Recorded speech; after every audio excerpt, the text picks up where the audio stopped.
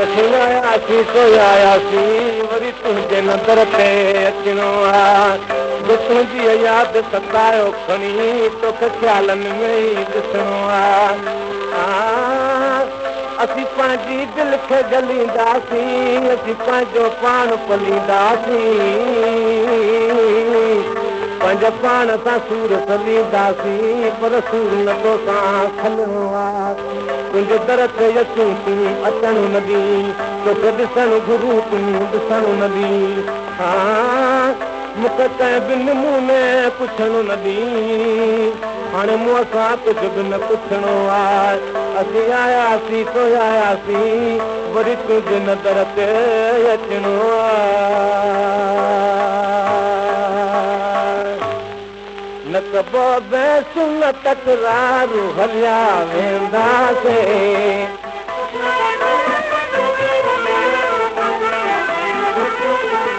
मिथिला चारू खिला चारू हलिया वेंदासीं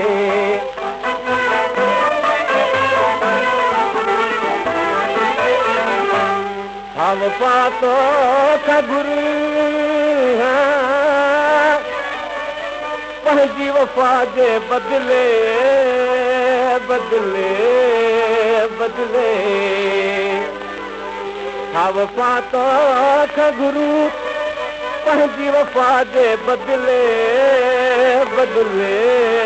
बदिले जेकॾहिं तूं कंदे इनकार हलिया वेंदासीं मिथिला चारू खिला चारू हलिया वेंदासीं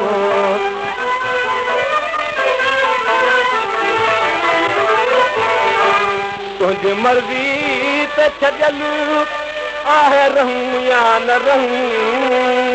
रहूं रहूं तुंहिंजी मर्ज़ी ते छॾियल आहे रहूं या न रहूं रहूं रहूं जे असां खां थिए बेज़ार हलिया वेंदासीं न कबो बस न तकरार हलिया वेंदासीं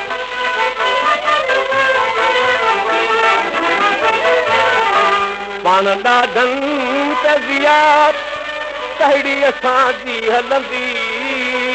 हलंदी हलंदी पाण ॾाढनि ते ज़ियार कहिड़ी असांजी हलंदी हलंदी हलंदी बंदि पंहिंजी करे गुफ़्तार हलिया वेंदासीं मिथिला चारू खिला चारू हलिया वेंदासीं न कबो बस न तकरार हलिया वेंदासीं